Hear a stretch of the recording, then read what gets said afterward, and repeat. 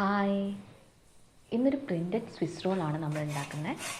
ഇതൊരു requested recipe ആയിരുന്നു. ഞാനിത് ഫസ്റ്റ് ടൈമാണ് കേട്ടോ ട്രൈ ചെയ്യുന്നത്. കുഴപ്പമൊന്നുമില്ലാതെ തന്നെ സ്വിസ് റോൾ റെഡിയായി കിട്ടിയിട്ടുണ്ട്. ഇതൊരു പ്രിൻറ്റഡ് സ്വിസ് റോളാണ്.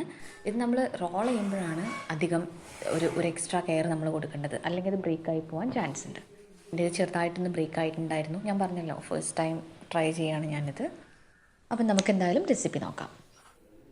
ആദ്യം തന്നെ നമ്മൾ ട്രേയിലേക്ക് ബട്ടർ പേപ്പർ വെക്കുമ്പോൾ അതിൽ ചോക്ലേറ്റ് മെൽറ്റ് ചെയ്തിട്ട് ഞാൻ ആ ബട്ടർ പേപ്പറിൽ ഹാർട്ട് ഷേപ്പ്, നിങ്ങൾക്ക് ഏത് ഷേപ്പാണ് വേണ്ടതെന്ന് വെച്ചാൽ ആ ഷേപ്പ് അതിൽ വരച്ച് റെഡിയാക്കി വയ്ക്കാം.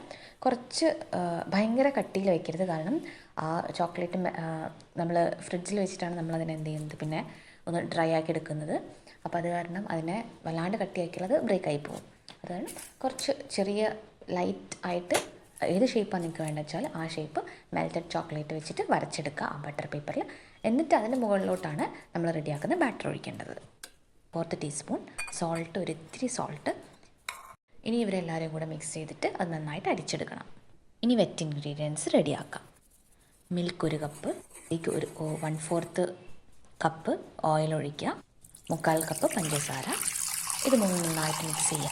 എന്നിട്ട് ഈ മിക്സ്ചറിലേക്ക് നമ്മൾ നേരത്തെ റെഡിയാക്കി വെച്ചിട്ടുള്ള ഇൻഗ്രീഡിയൻസ് കുറച്ചായിട്ട് ഇട്ട് കൊടുത്തിട്ട് നന്നായിട്ട് മിക്സ് ചെയ്യുക. എന്നിട്ട് പാനിലേക്ക് ഒഴിക്കുന്നതിന് മുമ്പ് മാത്രം വിനെഗർ കുറച്ച് ആഡ് ചെയ്യുക. എന്നിട്ട് നന്നായിട്ട് മിക്സ് ചെയ്യുക. സോഫ്റ്റായി കിട്ടാൻ വേണ്ടിയിട്ടാണ്, നമ്മളിതിൽ എഗ്ഗൊന്നും യൂസ് ചെയ്യുന്നില്ലല്ലോ. അപ്പോൾ സോഫ്റ്റ്നെസ് ഉണ്ടാകാൻ വേണ്ടിയിട്ടാണ് വിനെഗർ ലാസ്റ്റാണ് ആഡ് ചെയ്യേണ്ടത് കേട്ടോ. ലാസ്റ്റ് ആഡ് ചെയ്തിട്ട് നന്നായിട്ട് ഒന്ന് മിക്സ് ചെയ്യുക. ഓവർ മിക്സ് ചെയ്യാൻ പാടില്ല.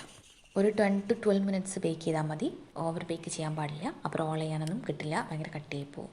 ഇത് ചൂടോടെ തന്നെയാണ് നമ്മൾ ഇപ്പോൾ ഇത് ബേക്ക് ചെയ്തെടുത്തിട്ടുണ്ട്. ഇനി ഇതിൻ്റെ മേലെ നമുക്ക് ജാം വേണമെങ്കിൽ ജാം ആഡ് ചെയ്യാം, അല്ലെങ്കിൽ വിപ്പിംഗ് ക്രീം ഉണ്ടെങ്കിൽ വിപ്പിംഗ് ക്രീം ആക്കാം.